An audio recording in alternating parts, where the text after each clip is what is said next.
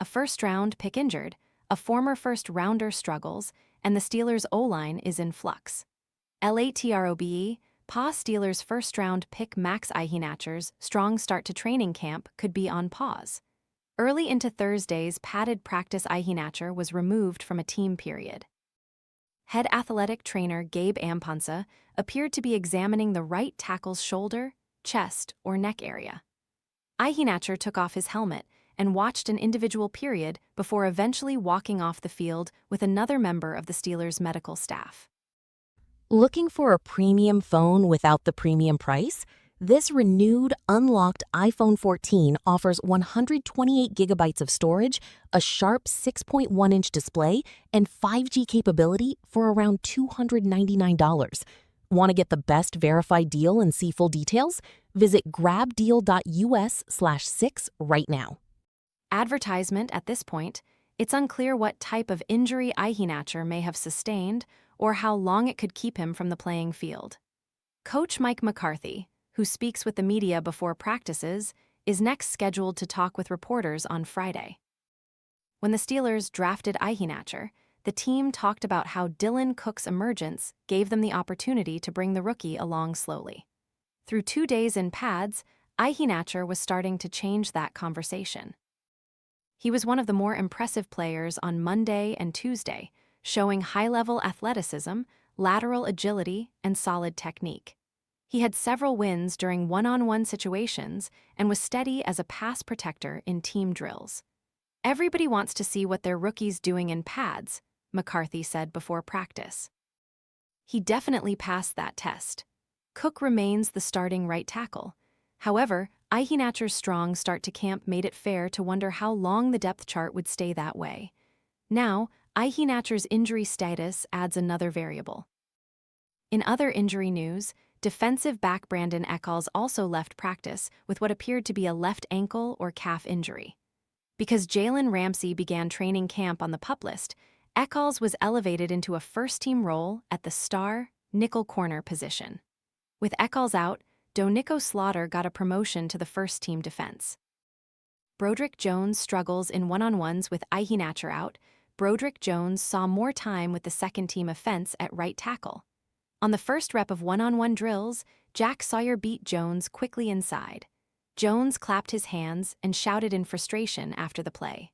Later, Sawyer turned the corner on Jones for another clear win. Meanwhile, Nick Herbig has been asked to rush against center Zach Frazier on a number of one-on-one situations during camp, as the Steelers work on ways to get the outside linebacker on the field more. Earlier this week, Herbig tried a spin move and Frazier laughed as he held him up with ease. On Thursday, Herbig tried to take on Frazier head-on and was taken to the ground. First and second real skirmish of camp, the first full-length, padded practice of camp also came with the first real skirmish. Inside linebacker Patrick Queen and scrappy wide receiver Ben Skowronek were engaged after the whistle. Skowronek threw an open-handed punch to the side of Queen's helmet. Peyton Wilson came to his teammate's defense, grabbing Skowronek by the collar and pulling him down. Advertisement, "We're getting into the dog days at camp," Wilson said. "Someone messes up, we get into it a little bit, but we'll be in here eating lunch in 30 minutes. Later during practice, running back Lou Nichols and defensive back Deshaun Jameson got into a wrestling match behind the play. The intensity is starting to ramp up. New defensive wrinkles under new defensive coordinator Patrick Graham, the Steelers have proven to be a malleable and multiple group. On Thursday, several new wrinkles were on display. In one look, the Steelers appeared to be in a true 4-3, with inside linebackers Carson Bruner, Malik Harrison, and Cole Holcomb all on the field together. While these are depth linebackers, it shows how Graham may choose to deploy personnel in different situations. In another interesting look, the Steelers had two interior defensive linemen, Derek Harmon and Yahia Black, on the field with three outside linebackers, TJ. The Steelers have shown this personnel package in the past, often with all 5 players at the line of scrimmage pre-snap. The unique aspect this time around, Herbig lined up off the ball as an overhang player in what could be categorized as a 4-3. On this particular play, Herbig came on a pressure through the B-gap. Had it not been for a great blitz pickup by Jalen Warren, Herbig would have registered a sack. We also saw more simulated pressures and Max, 7-man, pressures on Thursday, many of which gave the offensive line trouble. As Graham was coming up through the coaching ranks, he had the benefit of working with several well-respected defensive minds. You can see the influence of Steve Spagnuolo and Brian Flores in the way Graham utilizes simulated pressures and max blitzes. The different front structures are a reminder of his time in New England with Bill Belichick, who was known for shifting from an odd front to an even front unexpectedly. Franco moments if you attend a practice at St. Vincent College, be on alert for the Monday Night Football jingle. As I wrote a couple days ago, this used to be called the Mojo moment in Dallas. When players hear this, they know a handful of high-leverage players are coming, as McCarthy tries to simulate sudden, unexpected changes. Advertisement, it's new and improved, so it's the Franco moment, McCarthy explained.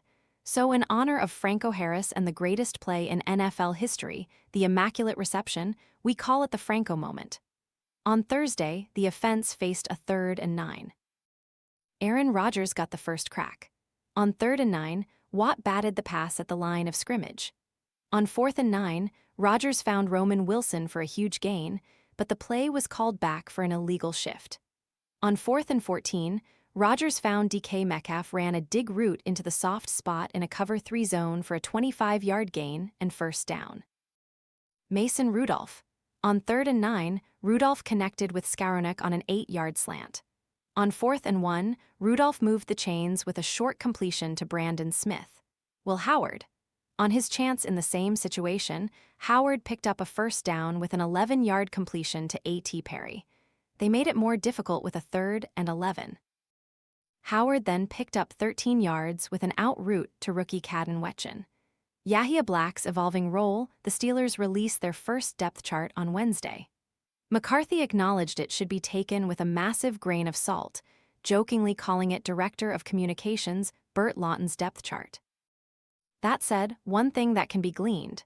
The new coaching staff envisions second-year defensive lineman Yahia Black in a slightly different role than the previous regime.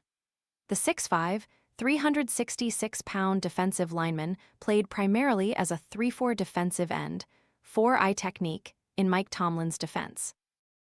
Black has shifted over to play a lot of nose tackle under McCarthy. If you're gonna put big people in, we got bigger people. Advertisement up until this point, Keanu Benton has mostly been the starting nose tackle. However, did not take any team reps, something to keep an eye on, creating the opportunity for Black in a starting role. Praise for Rudolph. McCarthy was asked if any players have surprised him now that he's had the chance to work more closely with them. Mason Rudolph would be the first one, the coach said. I can't tell you how pleased I am with him. The depth chart at QB has remained unchanged from the start of camp, with Rudolph sitting at QB2, Howard at QB3, and Aller as QB4. Aller's 2-minute drill fizzles. Rookie Drew Aller got the ball for the 2-minute drill to close out practice, with 1:30 on the clock and the ball on the 5-yard line.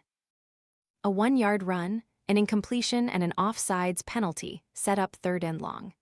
A throw short of the sticks went through the hands of a leaping Wetchen. Then on 4th and 15, Wetchen again couldn't corral a pass that was a bit wide but also hit his hands.